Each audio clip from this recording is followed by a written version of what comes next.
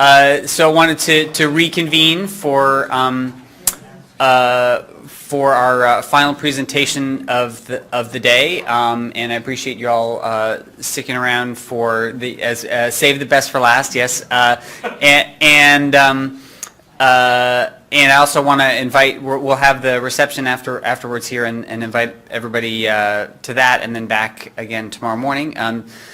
This is actually, I think, our only panel that is all CBUS.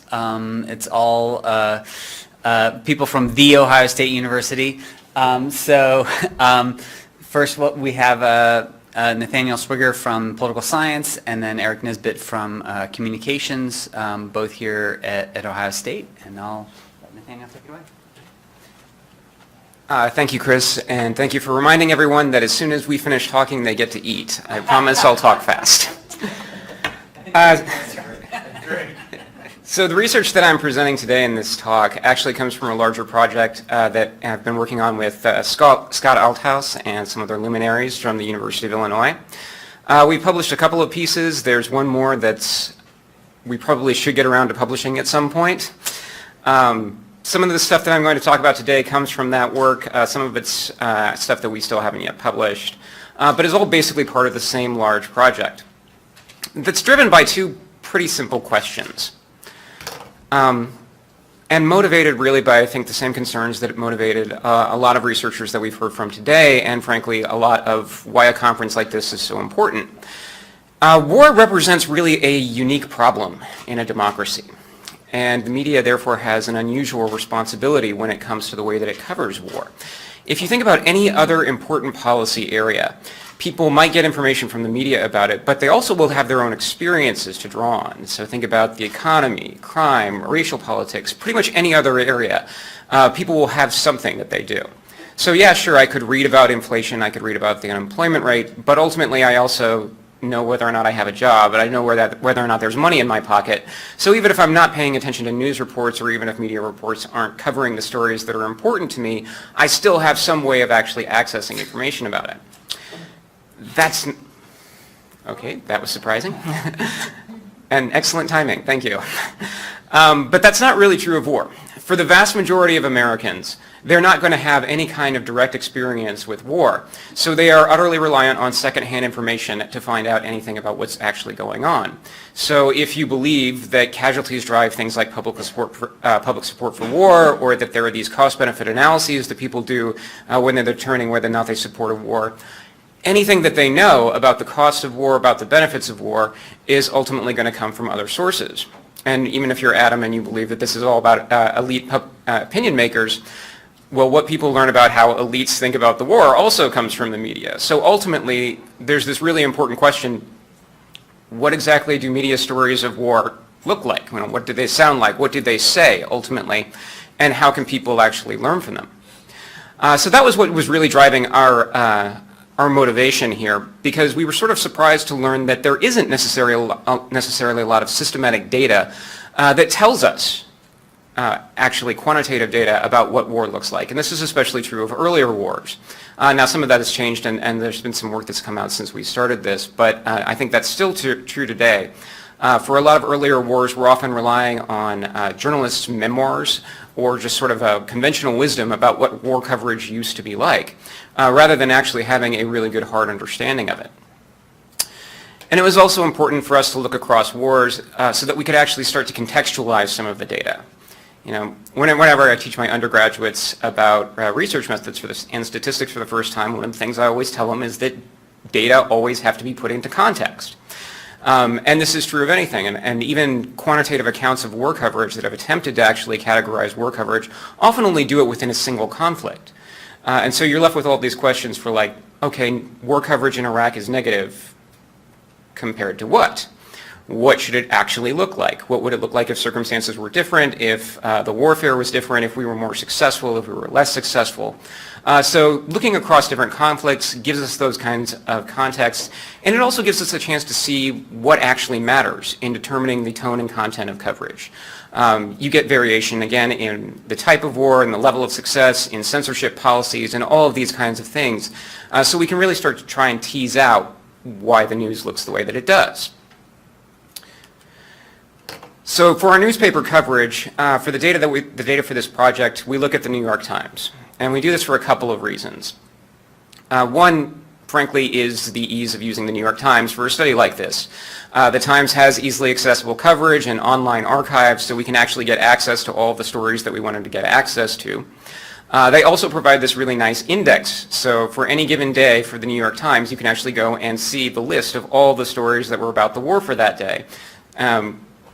Which, as it turns out, actually makes data collection a lot easier. Our initial attempts, by the way, we looked at the Times and looked at the Tribune and tried to go in and initially pull out war stories ourselves and then try and code them, but that just ended up being an ungodly amount of work, and we would still be in the data collection period if we were doing that. So we start with the New York Times. And the New York Times, of course, is also a nice leading news voice, and a lot of newspapers often take their cue from Times coverage. So there's reason to think that this is actually representative of the larger newspaper universe.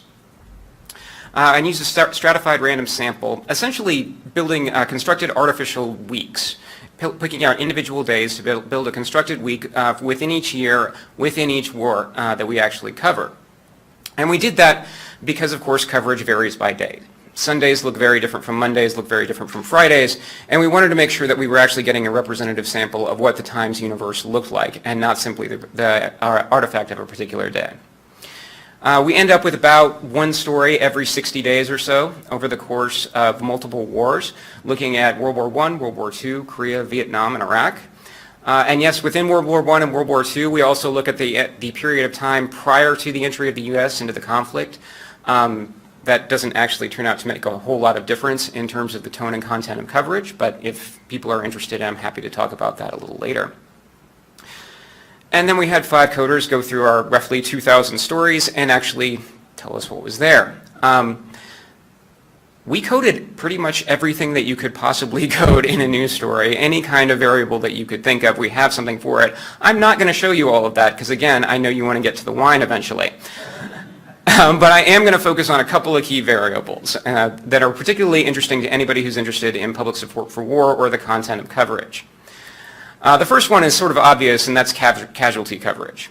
So we looked at whether or not a story contained any mention of enemy dead and wounded, American dead and wounded, and civilian casualties of any kind, looking at dead, wounded, and prisoners, and then also looking at the level of elaboration. So within a given story, this could vary from a casual mention to casualties today were light, or casualties today were severe, or even just the existence of casualties, to specific numbers and statistics, to actually identifiable casualties. So Adam mentioned in his talks the notion of the list of the names of the dead, which was a feature that the New York Times used to regularly run. And even beyond that, there are, of course, stories about individual deaths that will actually identify individual soldiers or civilians who've fallen.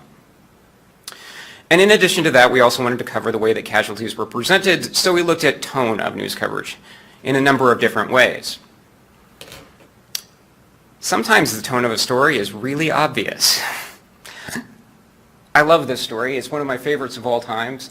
This is a story that we came across when we were actually doing reliability testing prior to our actual data collection. The line, "Manhood uplifted to wonderful heights," is perhaps the greatest headline that I've ever read in my life. And just as a quick story, yes, we did end up ripping off this headline when we titled one of our articles, and that's because the second I saw this story, I went to Scott and I said, okay, I know what we're going to title this article. And he was a little resistant at first, but then I pointed out to him that we'd never be able to do anything this juvenile ever again in our professional careers, and that sold it. But this is, of course, an unusual story. And unusual in a number of ways, not just because of the impressive language here, but because it's such a colorful story and it actually engages. And as we started to get into war coverage, one of the things that we found is that actually war coverage is kind of boring, which was a little bit surprising. Most of us, when we think of war coverage, we will think of coverage of fighting, of combat. But in fact, coverage of combat makes up a relatively small proportion of all stories overall, and it's been declining rapidly over time across conflicts. Most stories about war are about the home front, about the politics, about the policy, occasionally about elite actors, but there are actually relatively few stories that directly tell you about fighting. So in fact, a typical story of the war is something more like this. A story about Henry Cabot Lodge actually discussing Vietnam with a French ambassador. Great, that's a war story. It's not terribly interesting, though. In fact, a lot of war coverage is fairly banal in that way, and not necessarily attracting a lot of attention.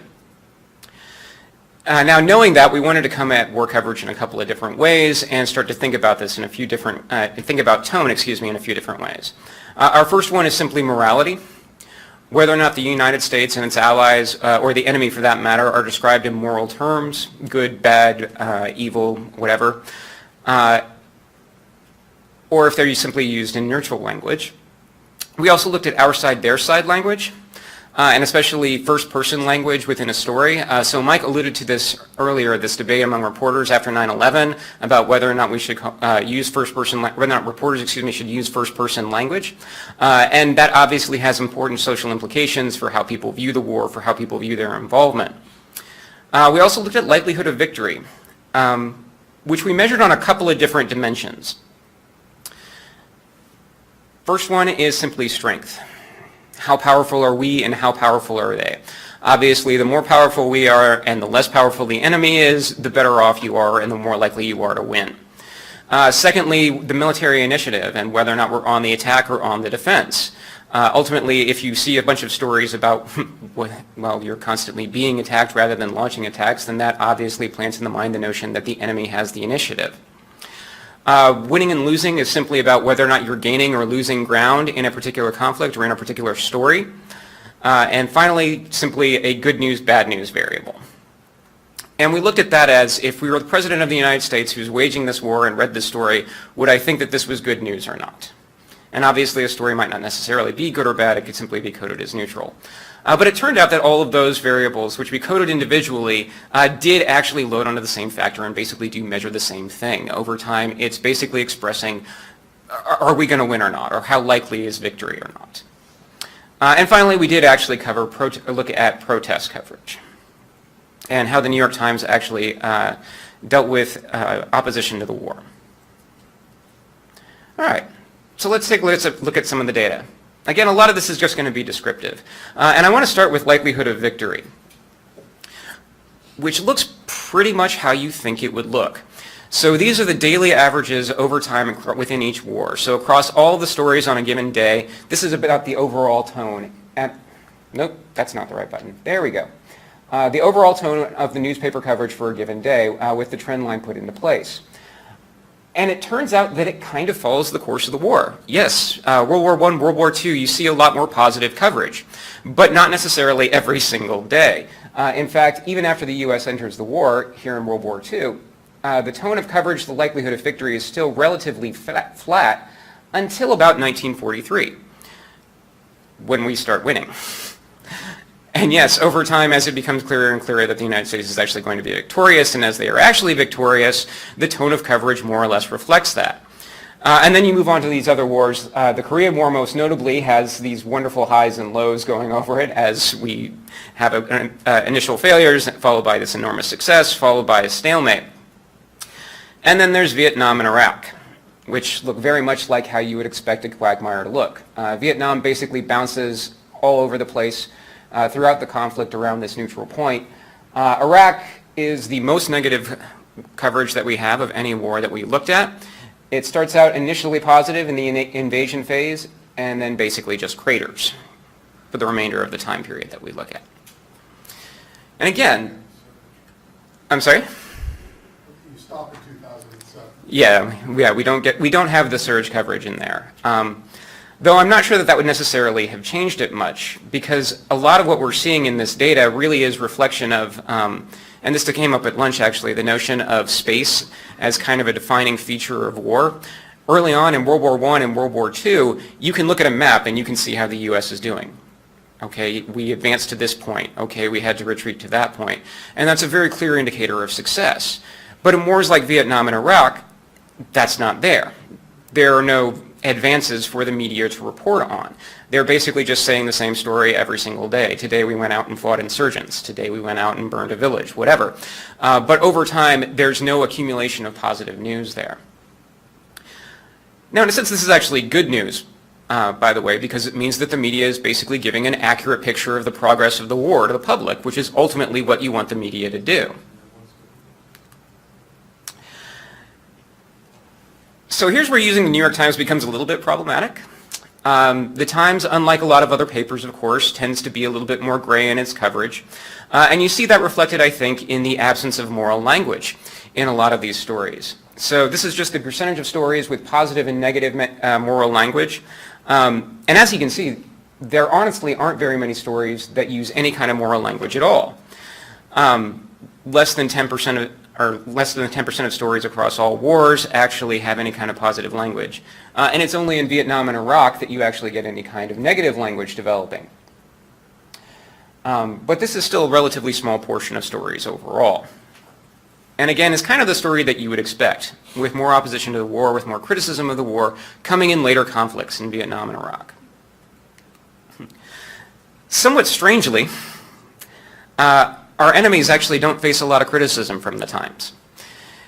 There aren't a lot of stories that will directly imply that, that terrorists are evil or actually state that out loud. And we think that that's more or less a news value coming into play. Basically, everybody, once we're involved in a conflict, understands that the enemy is bad and doesn't need to be told that repeatedly in the story. So the news doesn't actually use that kind of language for it. It is, however, somewhat, I don't want to say troubling, but certainly unusual, that in Vietnam and Iraq, the Times was more likely to write a negative moral story about the United States than they were about our enemies, which is a bit quirky. And finally, our side language, which again makes up a relatively small portion of all coverage. And again, this might very well be a product of the New York Times and a journalistic norm that's reluctant to use actual personalization. So you see very few stories that actually use first-person language. And the big outlier by far is World War I. Stories in the Times were far more likely to use first-person language in World War I than they were in any subsequent conflict. Other than that, you see mostly third-person language. However, within those stories, there is an interesting pattern in how that first-person language is used when it comes to moral stances. So, first-person language isn't necessarily used as a rallying cry, or at least it's not anymore. In World War I and World War II, yeah, first-person language was all about how great we are, how right we are. However, in Vietnam and Iraq, that same first-person language is also used for is more likely to be used, for collective moral culpability, which is a really nice way of sort of twisting, I think, both the way that the language changes and, again, the way that the nature of the coverage changes. The one caveat I would put in on a lot of these particular stories is that, again, there just aren't very many of them. We don't have a very large sample of first-person language in general, so really it only takes a couple of stories to throw off these kinds of percentages pretty badly. And finally, there's protest coverage, which doesn't really exist. If you look across wars over time, the New York Times just simply does not devote much attention at all to organized anti-war demonstrations. In World War I and World War II, within our data, there are 0 stories that contain any mention of any kind of anti-war demonstration. We have one, not 1%, one story of an anti-war demonstration in the Korean War. And then there's an uptick in Vietnam. About 7% of the coverage in Vietnam actually takes a look at war protests. But it falls back, and actually less than 2% of the stories about Iraq actually take up and cover any kind of anti-war demonstrations. So it's pretty minuscule, and it's obviously very difficult to say anything terribly meaningful about stories that simply don't exist, other than the fact that they don't exist. The one exception that I want to mention about Vietnam, because there is actually some coverage of the anti-war protests in Vietnam, is that they're not terribly flattering. Nor are they necessarily regarded as important. Demonstrations, generally speaking, did not make front-page news. They were not going to be necessarily described as large or impactful. The protesters were not necessarily going to be taken seriously. In fact, in most stories, weren't. Which is a little bit troubling. Because even if you were a regular New York Times reader, even if you were sort of devoted to actually keeping up with the news, it's entirely possible that you could get the impression in Vietnam and Iraq that there is no organized opposition to the war. It would be very easy to simply miss that piece of information. All right, turning now to casualty coverage, which is also surprisingly light. And there are a number of disturbing patterns here. So this is simply the percentage of stories across all wars that actually mention dead, wounded, and prisoners. And you can see that it's relatively consistent over time, with this one exception, with this big outlier in Iraq that I'll talk about a little bit more in a second. Which is particularly weird when you consider that casualties themselves are absolutely not consistent over time, right? World War I and especially World War II feature massive numbers of American casualties of dead and wounded. Korea and Vietnam feature far less, and of course Iraq in comparison is minuscule. There simply aren't that many dead or wounded in Iraq. Now, the percentages can be a bit misleading because, of course, there have been massive changes in the news hole, but the story doesn't really change that much even if you look at casualties per day. So, as some of you are probably aware, the number of stories that a paper puts out has actually declined over time. And there's a huge difference between the number of stories about war that are produced on the average day in World War I and World War II versus today.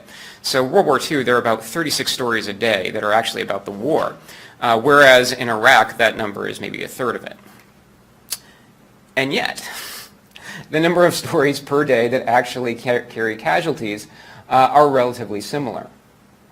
They weren't filling up the news hole. They weren't supplying those stories with stories about casualties.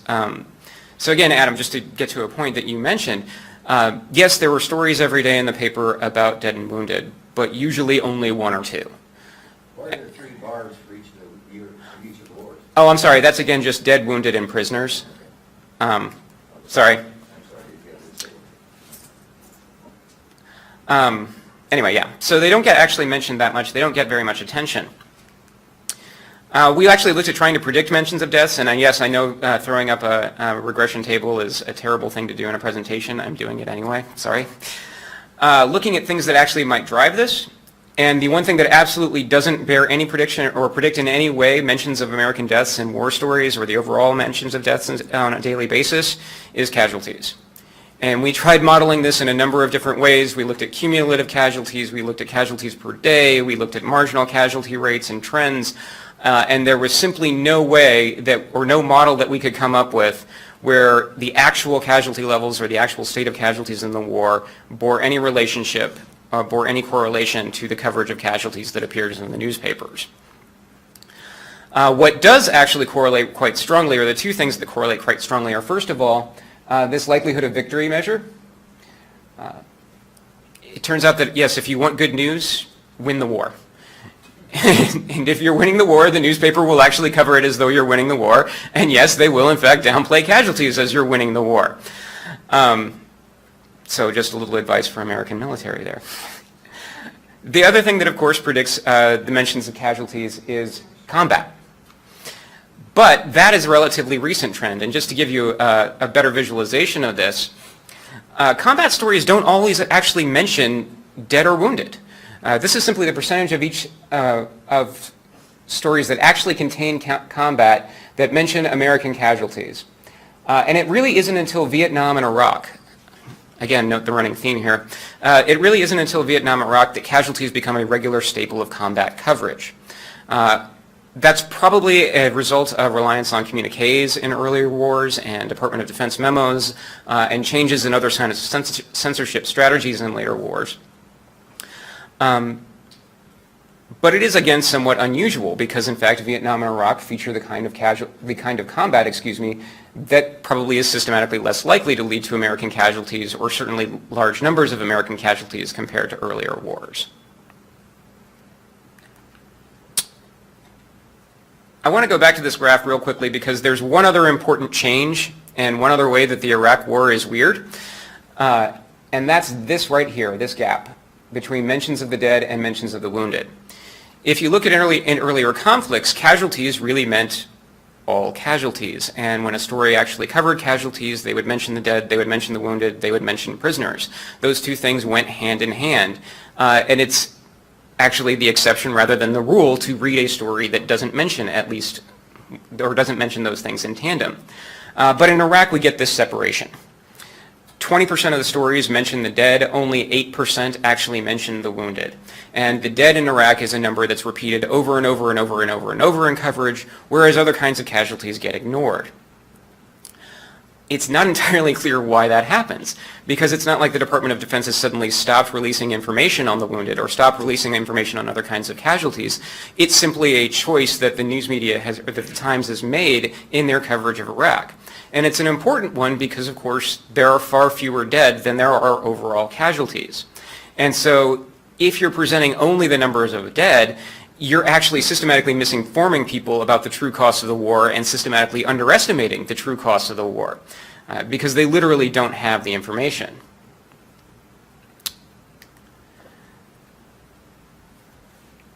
Oh yeah, this other cost of war. Civilian casualties get short thrift across all conflicts. This is especially true in some of the wars that are most notorious for it. The Korean War is basically one of the greatest refugee crises in all of human history, and it's actually very rare that American news coverage mentioned that this was happening or mentioned the cost to innocent civilians. There's a slight uptick in Iraq. Iraq sort of looks more like World War II, but again, there's very little coverage of the civilian casualties in general. It's also true that the tone of civilian stories doesn't necessarily look the way that you would think. You don't see a lot of moral language used at all in discussions of civilian casualties, even though that's sort of an obvious evil of war. That doesn't really come out in any meaningful way. And so civilian casualties are often minimized, or at least the horror of them isn't actually presented to Americans as being morally wrong. And finally, on the personalization angle. So if you look at how American casualties are presented in the way that they're presented to the American public in news coverage, most stories aren't actually going to name them. There's been an uptick again, and Iraq is kind of the outlier here in the number of stories that will name U.S. dead. But generally speaking, mentions of casualties, especially in earlier wars, are going to be statistics, or they're going to be sort of casual estimations of casualties, high or low, or something along those lines. And even this dramatically overstates how much we actually personalize casualties. Because half of the stories that actually use the names of the dead are just those lists that the New York Times publishes that are the names of the dead, which generally speaking are not going to appear at the very top of the front page, and again, generally speaking, aren't necessarily going to be the kind of thing that people pay much attention to. The other half of those stories, by and large, are stories about heroes, and you see a lot of colorful language, and again, kind of popularizing these people who die in combat and die heroically. And you don't see a lot of moral language that might actually be criticizing American actions. So again, this becomes a subtle way of sort of minimizing the cost of war overall. Because even if you're presented with information on the dead, and even if it's presented as an individual to you, which again is rare, it's not really presented in a context that allows you to consider it a cost. Real quick, what is moral language? I gather from the last remark that if something is described as heroic, it isn't moral language, but what's moral language? I'm just trying to understand how you draw that distinction. It's really explicit descriptions of either Americans or the enemy, either one, using language that the cause is good, that the cause is just, that the cause is righteous, or conversely, that these actions are dehumanizing and evil. And we really were looking at very, very specific language there. When I say they are acts of heroism, I mean this is often just in the context of the battle. And in fact, referring to somebody as a hero isn't actually all that common, even in stories about people who die in combat, which is a bit unusual if you think about it. All right, so just some conclusions. There's other data that I can present if you're more interested in the content of combat coverage, for example, or things like that. I'm happy to answer questions. But just in general, the overall picture that we get is that at best, newspapers are presenting incomplete information. Yes, there's some good stuff on tone. In general, if you actually track the New York Times over time, you get a sense of whether we're winning or losing. However, what the stakes are behind that in terms of the moral language, whether or not we're actually right or whether or not we should deserve to be winning or losing is certainly absent. And again, anti-war protests, the notion that there is actually popular opposition to the war is largely ignored. The more troubling coverage that we find actually comes with casualties because there's such a disconnect between reality and news coverage when it comes to casualties. Casualty coverage is rare, it's hidden, and it's often minimized in the minds of the readers. All right, thank you guys so much.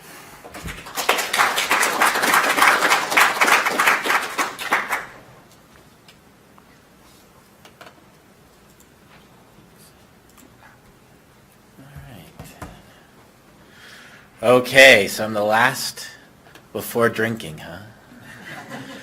I'll try not to, try to be reasonable on time here. All right. So thank you very much for having me here today. What I'm going to present to you today is, and I was trying to think about how best to use this time intellectually. I'm going to present some data and some studies, but I also want to think more broader about this question of disinformation and fake news that has seemed to taken off in the United States. It's overseas. It's become more than a fad, an obsession for some people. So I've been looking at this with a range of colleagues, both overseas and the United States, for some time now. Fake news disinformation is not something that's new, all right? It's not a new phenomenon. It's been around for a long time. Maybe some of the expressions or concern about it is new, but it's not definitely not new. And when I was thinking about this is the subtitle I added, and I'll get towards the end, Disinformation Discontents. I was, looking at some of the psychological and survey data that we've been gathering over the last few years, both myself and also other colleagues at OSU who work on parallel tracks. Robert Kelly Kelly Garrett, he's RK. But Kelly Garrett, one of my colleagues, he's been working on this information science and political psychology perspective for some time. But we both have sort of parallel findings or convergent findings. So which is interesting to look at. So, and I might want to talk about maybe some of the structural aspects of society and politics that might lend itself to this sort of prevalence or concern about disinformation beyond the individual sort of psychological attributes that we've been identifying in some of our research. All right. So taking a look at, in terms of warfare, in terms of conflict, and I've been working with Olga and some other colleagues looking at Russian disinformation. Dick and Paul and I, in the CNEP we looked at Russian disinformation in the U.S. Olga and I have been looking at Russian disinformation and belief in Russian disinformation in Russia, inside Russia. This idea of the use of disinformation and it's been a great concern in the context of hybrid and gray zone conflict. I know our own Defense Department, I'm part of a lecture series they organize on fake news and gray zone conflicts in the next couple of months because they are very concerned about this. This seems to be taken off within at least some aspects of the DoD. And the ideas of this gray zone or hybrid conflict that is coercive, aggressive, but it's below conventional military conflict. And it's a way to exert influence, and it's heart revisionist, right, in terms of the international order, all right? It wants to enact change, all right? But it wants to enact change at the lowest cost possible and the lowest threshold possible in terms of resources and conflict, right? And a lot of examples when we talk about hybrid or gray zone warfare, Russia is an example, especially its Ukraine would be an example, one level of example, some of its operations in the former Soviet Union, as well as you could argue that the informational warfare, hybrid warfare has been employing to influence elections in the U.S., in France, possibly Germany or UK coming up in other parts of Europe, is one example, but it's not the only example. Authors in this area talk about China and its operations in the South China Sea and its goals there, or Iran in the Middle East, right? Using a combination of irregular warfare, disinformation, cyber attacks, political influence, economic influence, right? And so, and some people even lump in some aspects of hybrid or gray zone warfare with ISIS or Boko Haram, but that is some people sort of argue whether they really should be considered, whether non-state actors really should be considered in this category or not. So there's some conflict about that. A classic example, and Olga mentioned this previously, this idea of the little green men, right? And famously, Putin in an interview when asked about these self-defense forces that appeared in Crimea with these green uniforms, but no insignia. He simply, oh, these are self-defense forces that simply bought, excess Russian uniforms at a local military shop, right? This is an interview, right? And basically dismissing the idea that these are Russian troops or how Russia's involved whatsoever. And again, this is disinformation, and I'll note, this is disinformation not spread through social media, which I'll be getting to, right? This is disinformation spread through traditional media interview with reporters, and the idea there is disinformation is being spread, and it could be interpreted differently depending on who controls that particular media outlet, whether a Western media outlet might try to fact check it, all right, versus a Russian media outlet might just print it as fact, right? So there is some, when we talk about disinformation, this is one key point when we take you away. Let's get away from the idea of social media as the primary mover of disinformation, because actually there is no empirical studies we can find, and we have done, that actually shows that. So we'll get to that in a second. So what do I mean about disinformation? People might have somewhat different definitions, but when I sort of, define it and how we approach it in some of our studies, it's false or misleading information that is deliberately spread.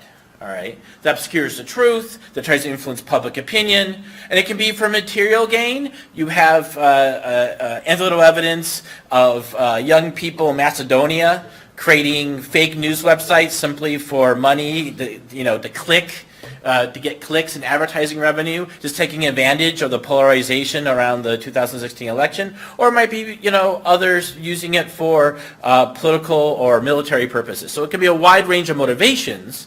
But the idea is that, it's misleading, deliberately spread, and either it can be covertly through the troll farm in St. Petersburg in Russia, or overtly for something like Sputnik, right, which is a state-owned news website. And it can include a range of approaches: fake news, active measures, which is going all the way back to 60s, 70s or before, compromise, alternative facts, is a new moniker for that. And the idea is that, the goal of fake news can be varied, but often it creates strategic ambiguity, sort of like what Putin was trying to do about who are these troops. Are they Russian troops? Are they Crimean troops?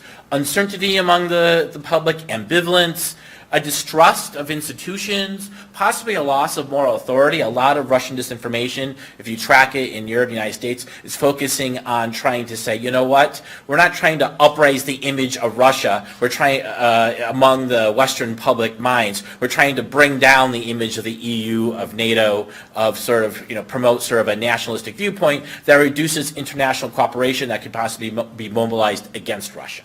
And that powers the concept of useful idiots, which, who's a useful idiot might depend on your political view, but you could talk about how there might be certain useful idiots in both the U.S. election as well as the French election occurring now. All right. And lastly, it's not a new phenomenon. Maybe how disinformation has permeated social media might be new, but disinformation itself, the use of it, it goes back a very long time. There's been scholars in the United States studying disinformation across a range of contexts, whether it's about climate change, whether it's about political rumors, whether it's, in the international sense, maybe it's actually gained more of a salience in terms of Russian disinformation. But the idea of disinformation itself and what, might lead to its diffusion or belief is not necessarily a new field of study, at least in communication and political communication more broadly, I would say. All right. So what drives diffusion of belief in disinformation? This is something that myself, other colleagues at OSU have been working on, colleagues elsewhere in both the United States and overseas. And what I thought I would try to do is sort of review just briefly some of the research in this area and some of the psychological personality and motivational type traits at the individual level, and then talk about some of the empirical findings that talk about social influences as well, because these are two sort of set of factors that might lead to belief in disinformation. And based upon at least the research I've done, because I've been looking at belief in electoral and or Russian disinformation in Iran, Turkey, Russia, and the U.S. to date. I'll be launching a study in France after the election. It does vary somewhat contextually, especially on the social influences. And it can also vary contextually on what type of disinformation or the ideological valence of disinformation as well, what really predicts belief and or diffusion. So when I was looking at the literature in preparation for today, I mean, there's a wide range of literature, especially if you include conspiracy theories, which can be a form of disinformation, especially when they're deliberately spread. You know, what are the various type of individual factors? And if you look at psychology, social psychology, political psychology, communication research, you know, you see there's three sort of categories, all right, sort of overarching categories I thought of. One that's sort of split into two. One are sort of motivational biases for believing in disinformation. And this, you can talk about sort of the typical motivated reasoning. Kahan talks about identity protection. It can be ego defensive, right? You can have these automatic sort of the Lodge and Tabor automatic sort of affective reaction to dissonant information, or confirmation bias on the other end. In communication psychology, we have this idea of reactance, right? If you perceive from a persuasion viewpoint someone is telling you information that you feel somehow threatening your agency, you have cognitive and affective reactance that might actually lead to a boomerang effect where you actually believe the counter. All right, Brendan Nyhan and Riefler found that in one of their studies. So there are motivational biases that focus more on the partisan polarization side of the equation. And there are motivational biases, and if you look at the research, that focus more on orientation towards power in truth. One thing that my colleagues and I and my graduate student, Gul Nush, who couldn't be here today, we've been looking at this odd concept of media reactance, which is actually cognitive and affective reactance to the sort of perceived media bias, right? And how that actually is, and we find that highly predictive across contexts of belief in disinformation, that you believe from one direction or another, which I'll talk about. Truthiness, this is this concept that Colbert back in the day sort of communicated, but actually is a real construct that my colleague Kelly Garrett has been developing in conjunction with these two epistemological biases, need for evidence and trust in feelings. He actually has an article under review at the Proceedings of the National Academy of Science based upon a 5-year NSF project looking at these constructs and belief, conspiracies, and disinformation.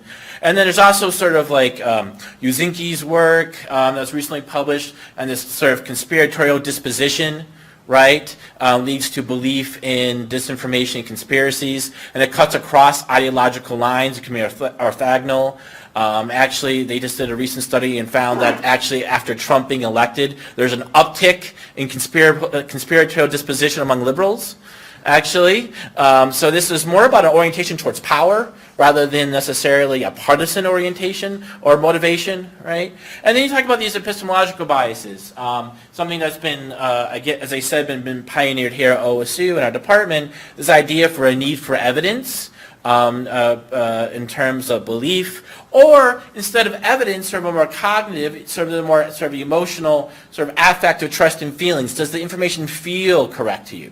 So, you know, these are sort of, you know, if you're inverse perspectives on when it comes to approaching disinformation. And there's another concept that comes out of the efficacy literature in political science and political communication, this idea of epistemological self-efficacy. You can talk about political self-efficacy, while this is more about this perceived epistemological self-efficacy, that you can find out the truth, that you have the ability to do that and judge what is accurate or not.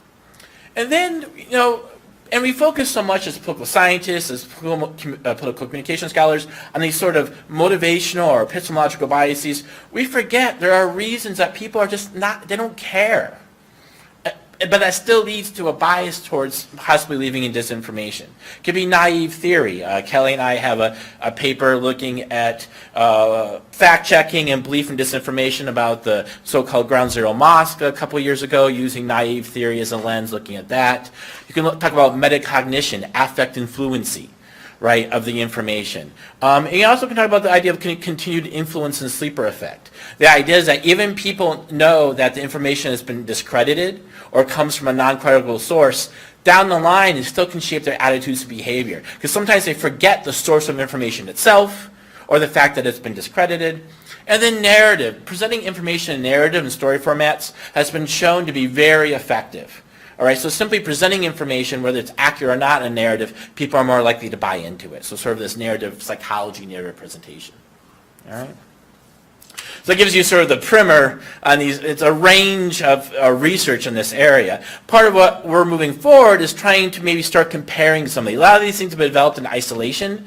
One of the things that I'm interested in doing, I'll show you some initial results of a first study, first attempt at looking at this, is how do these, in comparison to each other, predict belief in disinformation when it comes to sort of international conflict and political disinformation, right?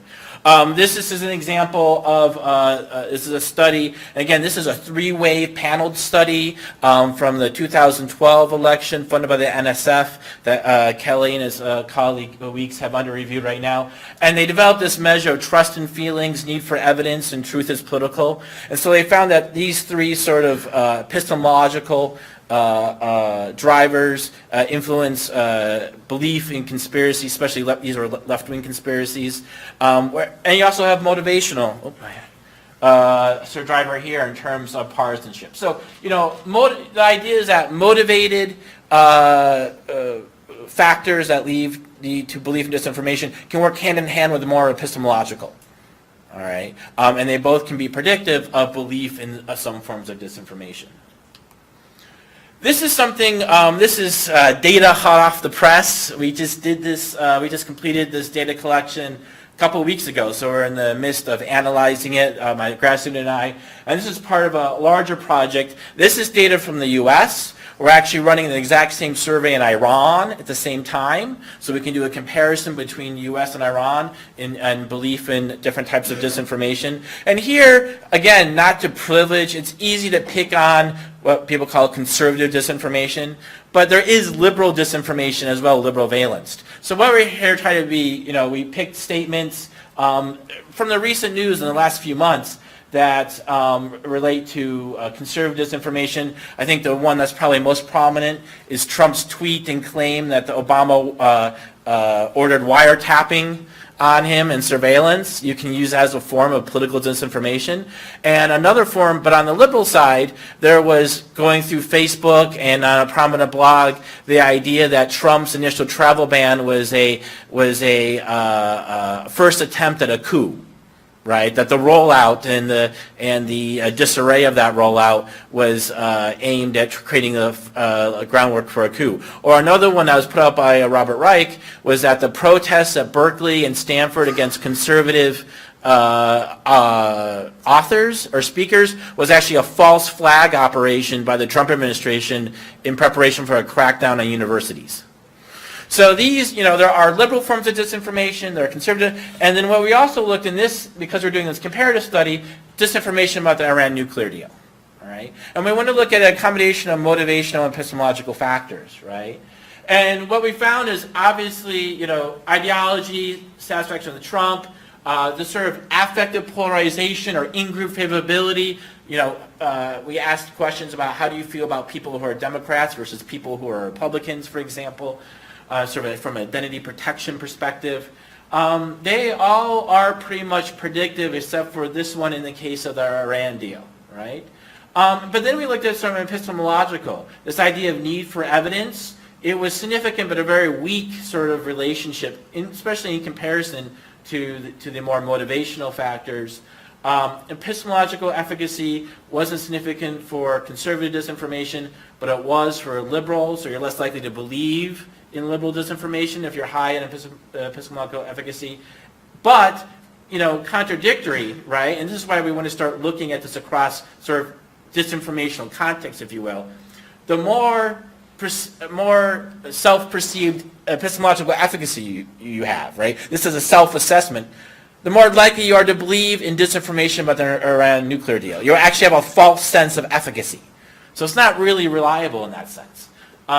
The one thing that was pretty reliable predictors were the conspiratorial predisposition. It was predictive across all three, showing that it's not necessarily a partisan disposition. If you have this predisposition, you're equally likely to believe either liberal or conservative disinformation. Media reactance, something we've been looking at. Really, your reactance to the mainstream news media, you're more likely to believe in conservative disinformation, but you're less likely to believe in liberal disinformation. And I think this is the idea, at least in highly polarized societies like the United States, you have this sort of ideological reactance to the mainstream news media. That and maybe in case of conservative disinformation, where they perceive a great deal of media bias, they have these affective, they counter-argue fact-checking, they have negative reactions to mainstream news media, right? They're more likely to lead to belief in conservative disinformation. And media reactants, you're more likely to believe in false information or disinformation about the Iran nuclear deal. All right? Could you explain what was your disinformation about the Iran nuclear deal? Things like the Iran nuclear deal, a classic one that was in the conservative media, for example, was that there was a different version of the treaty approved by the Iranian parliament versus the United States. Or another one, disinformation, was that it lifted all sanctions, including the ones that have been placed on for missile testing, right? There was a range of misinformation. We had a couple accurate statements. It was, some were coded negatively, false. Some were coded true, right? So it's basically, and interestingly, I will say about the Iran nuclear deal, what we find when we looked at the media discourse and disinformation in each country, the disinformation was similar in Iran that was put out by the administration than to the disinformation put out by conservative media outlets in the United States. They actually had the same disinformation but for different purposes. In Iran, they were trying to oversell the Iran nuclear deal to the population by showing it was actually more beneficial than it actually was, that the administration was saying things, or at least their proxies, or the media was reporting it removed all sanctions, that it didn't prohibit things about ballistic missile deal, various things they're trying to oversell it, versus here, among at least the conservative media, they're trying to undersell it. So there was actually different motivations, but similar disinformation, which we found very fascinating. And that's why we're trying to do a comparative study between the two. All right, so those are just some ideas of some motivational, epistemological influences. From a media perspective, and this is something that we have found in several studies, 3 or 4 surveys have done in the U.S. now, one of them with Dick and Paul, and a couple other colleagues around the U.S. election, some that are not election related. Kelly's been doing this since the 2008 election, 2012 and 2006 with panel studies. Well, we found consistently that disinformation from a media perspective is associated with ideological partisan media. It's selective exposure, selective processing that is highly partisan driven, right? So left-wing blogs, right-wing blogs, conservative talk radio, all right? We have found that if you actually watch like CNN or, mainstream daily newspapers, that actually can have a positive effect in terms of de-biasing you. You're less likely to believe in disinformation, right? And what we found, and this is something that maybe we can talk about if we have time, we have found no relationship to a very weak relationship with any type of social media use, right? So we've had this huge conversation in this country about Facebook, about social media, about Twitter. You have all these studies talking about what percentage of the social media sphere is now permeated by fake news. But at least in the survey data and in the panel data, this is multi-way, 3-way panel data doing latent curve analysis. We have not been able to find any really strong or significant relationship with social media use and different types of social media use, at least in the United States. Now, whether that's a comparative question, one reason I'm doing a study in France to see if that's true, but at least in the United States, we really can't, and so I guess our takeaway is that it's really this belief in disinformation. There are individual factors, but when you look at the social influence or media influences, it's really our highly partisan online and offline, Fox News, everything from to Occupy Democrats on the left, have put out, created sort of this media ecosystem that basically a combination of accurate and inaccurate information, right? And so this is something we can talk about, but at the same time, then you find there's a disconnect. Why is there preoccupation with social media as the source or conveyor of fake news when we can't find actually any statistical relationship between its consumption and belief in fake news? Right? However, those relationships, when we look at Turkey and Russia and Iran using the same measures, we actually use the same survey measures, all right, what we find is in authoritarian contexts, all right, where the media is highly controlled, and not surprising, especially TV news is associated with greater belief in electoral or Russian disinformation. In Iran, it's about the nuclear deal. In Russia, it's about Ukraine. And in Turkey, it was about the constitutional reform. All right, we found greater belief in disinformation driven by the mainstream media. We found, but in contrast, what we find in the United States, social media, and especially Western social media, in the case of Russia, and internet news leads to more debiasing. You actually have more accurate beliefs, all right, which is consistent on a lot of the literature that myself and others have looked at on the role of the internet and social media in democratization. Right? It is a window opening to the world. It is, if you look, even though there are more and more internet controls in these countries, using circumvention technologies or otherwise, it is a more pluralistic information environment compared to at least the tightly controlled TV and broadcast in these countries. The one exception is Rusnet. If you look in our Russian data and you look at those who use Western social media like Facebook and Twitter versus like Classmates and the Russian social media, that Russian social media has been heavily co-opted by the Russian government, and you find actually a difference between those two media spheres, right? So the implication is that traditional media organs are organs of disinformation in authoritarian countries, but actually in contrast to democracies, at least the U.S. is our one case study thus far, you actually have internet and social media providing a more pluralistic and accurate view of the world. So when we talk about sort of Russian operations as an example in the U.S., and this comes from, I want to talk about our recent CNEP study that Paul and Dick, Chip Evelyn and Carol Glynn and I did, and we did this data collection in December after the election.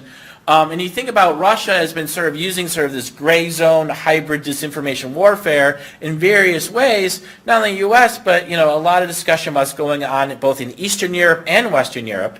Some of the, you know, what Russia tries to do with this information is, especially in the context of elections, is promulgate distrust in domestic international institutions like NATO, EU, degrade perceptions of moral authority. And that's a key aspect, that basically you're just as bad as we are.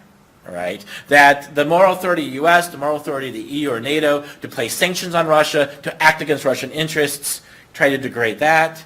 And, you know, whether they're successful or not, in the case of Trump, you could argue maybe they weren't so successful, but I think they're definitely trying with in the French election with Le Pen and Fillon, all right, to elect those two who are seen as more favorable towards Russia and both support lifting sanctions against Russia, elect leaders perceived as favorable for the Russian foreign policy.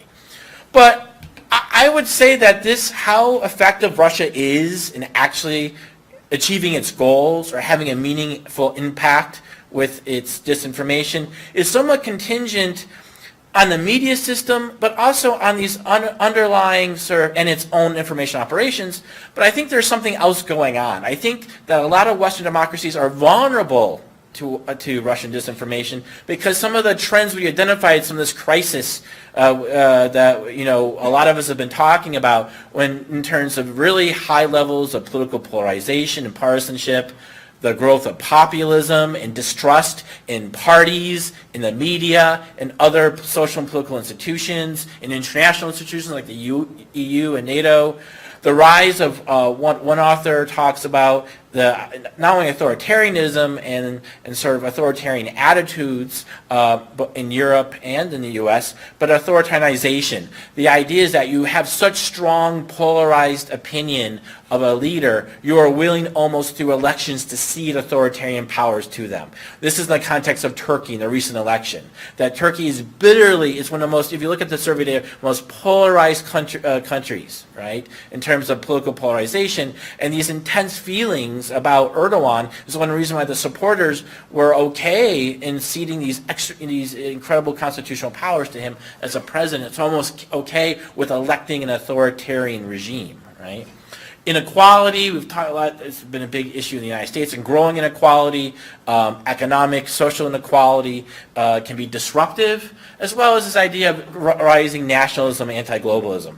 And so these structural things, I think, make fertile ground for disinformation, right? So the question is, can we even, when we look at belief in disinformation, beyond sort of the psychological and the social influences, how are these associated with disinformation as well?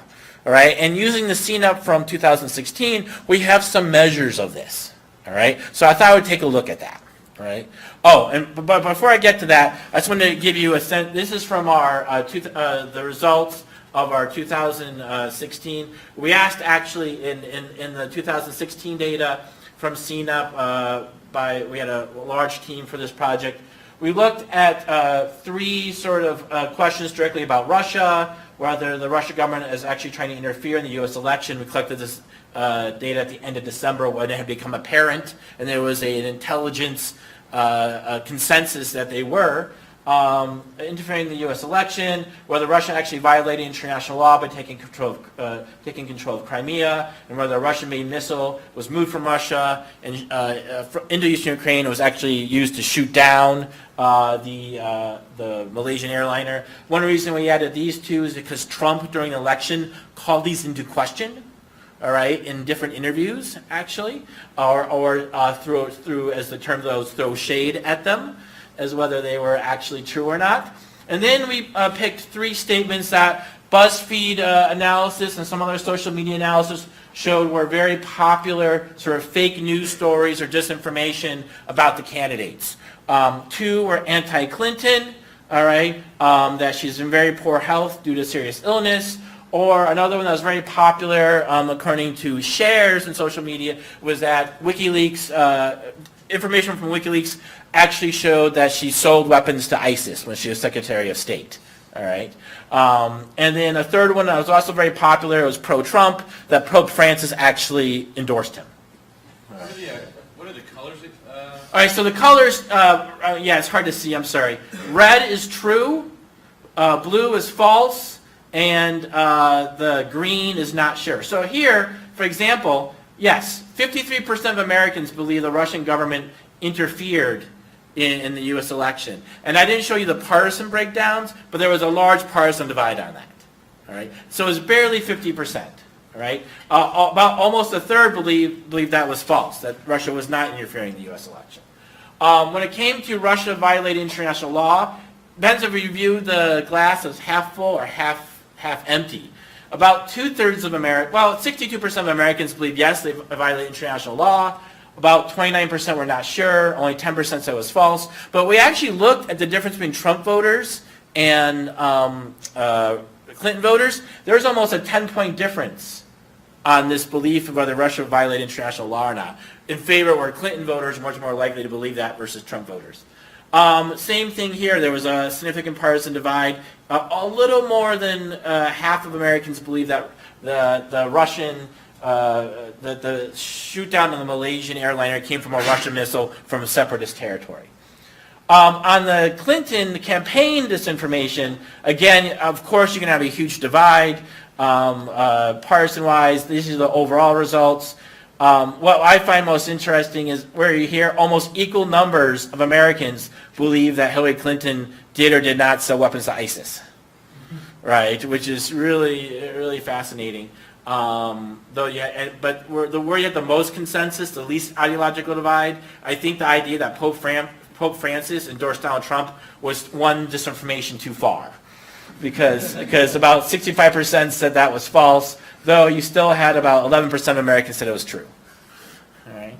So what are the consequences, though? And again, this is correlational data, and it's hard to say whether it's chicken or egg, but we do find an interesting finding, and I have to give credit to Dick Gunther, who was going through the data and found this relationship, right? And this is something he and I are going to write up an essay for the Monkey Cage, I think, to show, is that when we look at voting behavior, all right, and belief in those three election disinformation questions about Clinton and Trump, what we found was a very strong, significant difference. These are marginal means after controls between vote switchers, right? So those who voted for Obama, all right, in 2012, but then voted for Trump in 2016, were much significantly more likely, even though compared to voters, consistent voters, ideological voters, voted for Trump or Romney and Trump, to believe in those three items on average.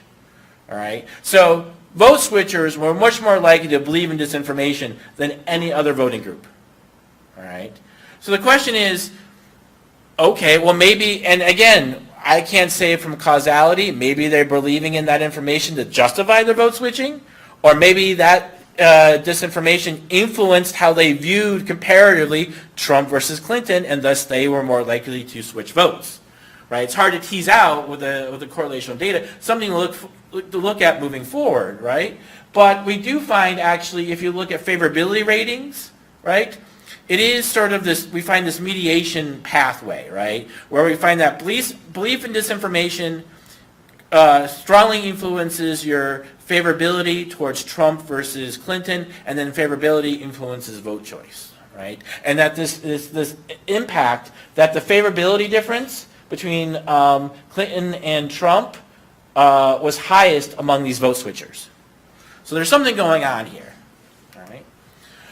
Another consequence of disinformation, I would say, possibly, is the idea is that compared to the 2012 election, many Americans believe that the election was not free and fair. There was a huge drop in the percentage of what you see here in 2016. 14% of Americans believe it's completely free and fair, compared to 25% in 2012. All right, and then we had a rise from 13 to 19, and from 19 to 29, a 10-point rise here, and then a percentage who thought that it was not free and fair, or was free and fair, but had major problems. So in terms of electoral integrity, even if the disinformation itself had no effect, the fact that we were the target of disinformation raised this idea of strategic ambiguity, distrust, the unknown, uncertainty about whether the election was stolen or not, whether fake news had an effect or not, right? So, this idea is that it can have these indirect effects, the idea of fake news and disinformation, that actually hurts the actual institutional integrity of your political or social or international institutions. So getting back to this idea of the structural components, right? There's the individual psychological factors, the social influences, but also the more structural sort of predictors as well. So controlling for ideology and party affiliation, which is the motivated factors, individual factors that might believe in disinformation. I put in measures of, we had measures in our survey of anti-globalism, which is, attitudes towards immigrants, for example, and free trade, and actually multiculturalism. We have questions about authoritarianism, and we find that having anti-global attitudes, having more pro-authoritarian orientation is predictive of belief in disinformation. Demand for democracy, the more we have the standard sort of question, democracy is only a form of government, to the other range where, it doesn't really, I don't care, right? The more you actually value democracy, you're less likely to believe in disinformation. Our populism measure was significant, all right? Our economic evaluation having more negative, I think that's a typo. Having more negative economic evaluations was more predictive. Media reactance, all right? Having this sort of cognitive, affective perception of media bias, which is somewhat driven by populism, was also predictive. And combined, this block, controlling for these other factors, was almost 37% of the variance, right, in belief in these electoral pieces, right? So I guess what I'm getting at is that where are we vulnerable? From a strategic Russian disinformation, all right? And this is one thing I want to look at as a comparativist, right? I've looked at some authoritarian countries. I want to expand looking at belief in disinformation beyond the United States, right, in other contexts.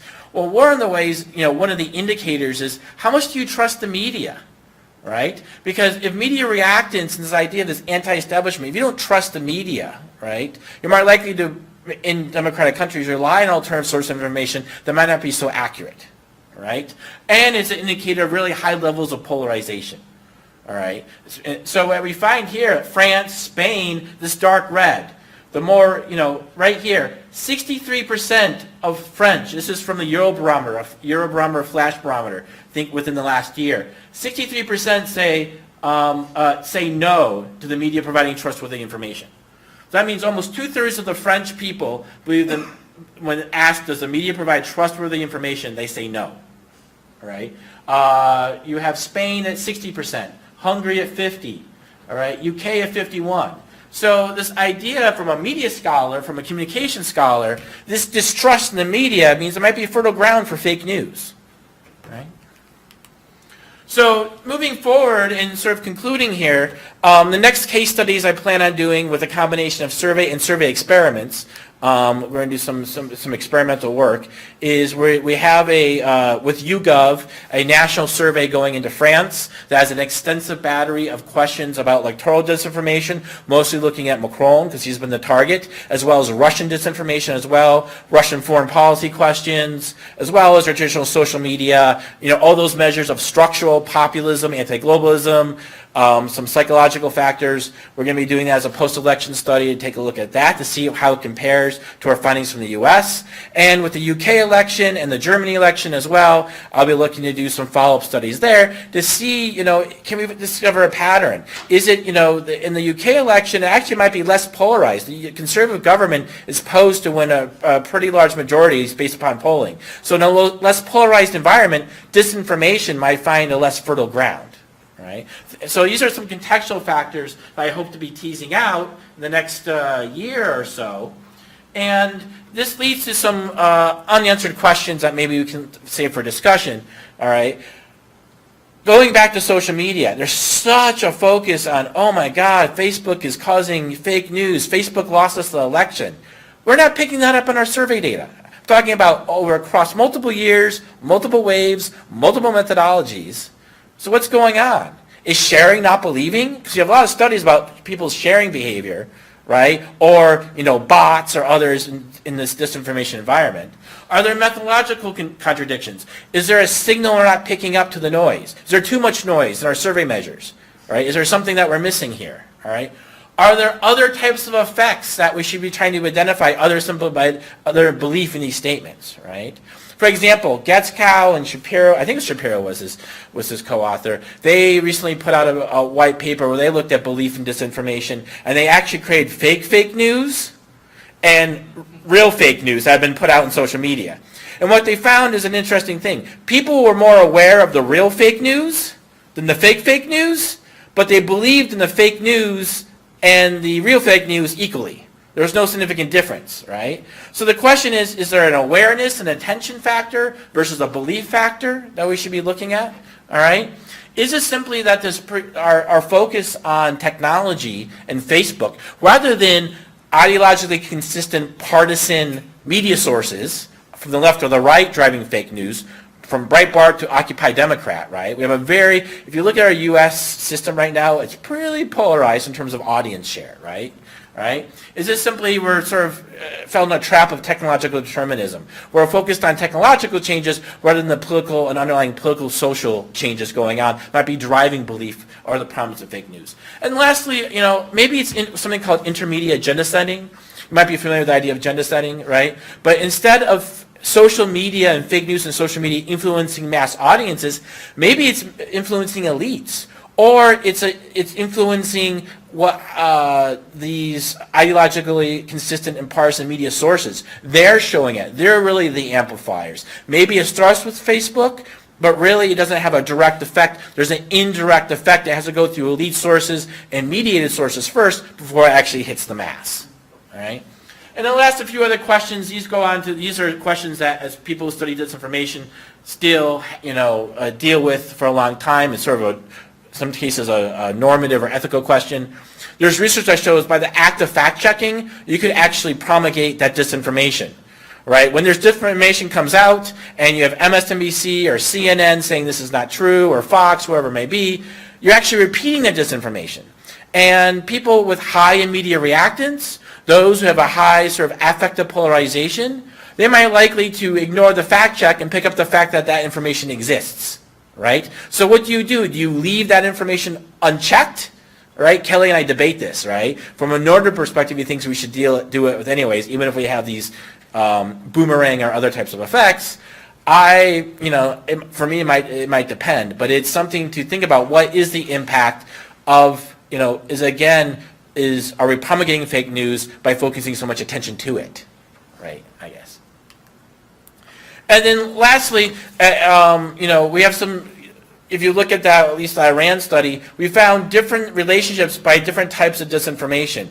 Some of the factors we were looking at operated differently if you're talking about liberal versus conservative disinformation, or the Iranian deal versus conservative, right? So teasing that out, how belief in disinformation might vary by context, all right, and how generalizable some of these factors are. But we found that epistemological efficacy led to greater debiasing in one case, but more bias in another.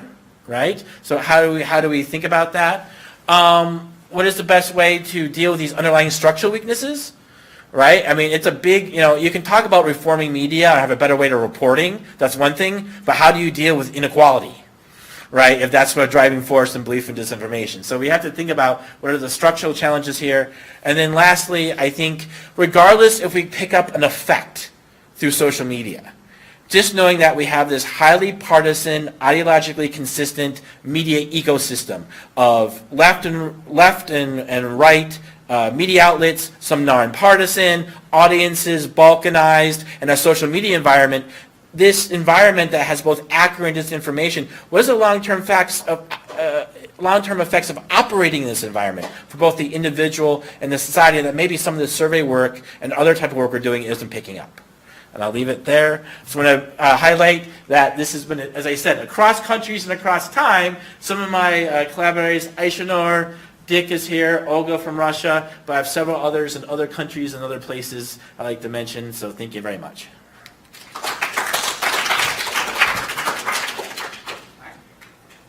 We have time for a few questions and then Sorry, I was longer. Festivity. And then, conversation can continue over. You're welcome to ask me a question with a drink in your hand, just for the record. Depending, you may have said this, forgive me, but on the coding for our side stuff, so was that stuff that was just in the journalist's voice, and you only code straight news and not opinion? And if it said our side, when you say our side, could that have been referring to our allies, like the South Vietnamese or the Iraqi regime or whatever, or the Iraqi government, or was it just referring to us? Okay, so let me clarify that a little bit. First, we did code both news and editorials. It's always in the voice of the writer, though. So if you quote somebody in the field who uses first-person language, we didn't count that as our side language. We did, however, count it if it was referring to allies as well as the U.S. And actually, one of the things we find is we see just as much first-person language that's referring to allied forces as American forces. So even if you look at World War I, you've got American reporters who will occasionally use first-person language before the U.S. has even entered the war when they're referring to British troops. But yeah, we were just looking at the reporters' Do you voice. differentiate, though, between the opinion versus straight news and versus the references to the U.S. as our side versus the allies as our side?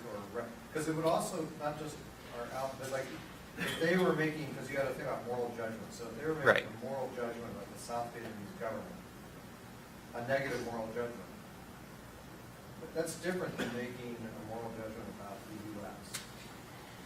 Did you differentiate between those? Yeah, it doesn't actually come up as much in Vietnam. To the extent that we use our side language with allies, that's really a World War I, World War II thing. And I thought you saw a spike in Iraq. I'm sorry? I thought you saw a spike in this usage in Iraq. Yeah, but they're referring to American forces. They're not referring to allies that You're way. not referring to Maliki's government. No. They usually make a differentiation there. Did you separate out opinion versus straight news, or was there a difference in that? We ran it separately without editorials, and it just didn't affect the findings at all, so we did clump them in there for this. I was wondering, with the Times, the Times motto is all the news is fit to print, so to some degree it's kind of a slightly glorified wire service part of its coverage. They try to touch every base. But some of their most powerful coverage of the war came from specific correspondents. For example, David Halberstam in the early stages, or Charlie Moore later on, or Sidney Schanberg, who was reporting on Cambodia, was incredibly powerful. did you in any way look, specifically at some of the more influential voices in the Times who I think would have more clout than just another report of the 5 o'clock follies briefing in Saigon, which you got to do because everybody has to do it, but it doesn't, sort of in any way to weight the coverage rather than just saying that's the same is an incredibly powerful piece. Actually, we haven't looked at that. That's an interesting idea, really just separating out by that. Yeah. Because I think some of these people, when you read the histories of the war and the coverage of the war, I mean, Halberstam was the guy whose coverage really was the point at which the Times really began to kind of turn, and then later, Schamberg had this incredible moral outrage about what the U.S. was doing in Cambodia, and so I think that resonated beyond just a lot of the other stuff. Yeah, I mean, I get what you're saying. It does also raise this question, though, because ultimately we wanted to get at representativeness, right? And you're specifically highlighting people who, by definition, aren't representative. So that's why we haven't done that yet, but it would be interesting to go back and look at that. Yeah, so again, learned a lot from the presentation, both of them, but Eric, I was wondering, so the big picture, would you say that belief in disinformation from all your work is the fact, you made a list of factors predicting that is different from belief in other forms of public opinion? In other words, attitudes and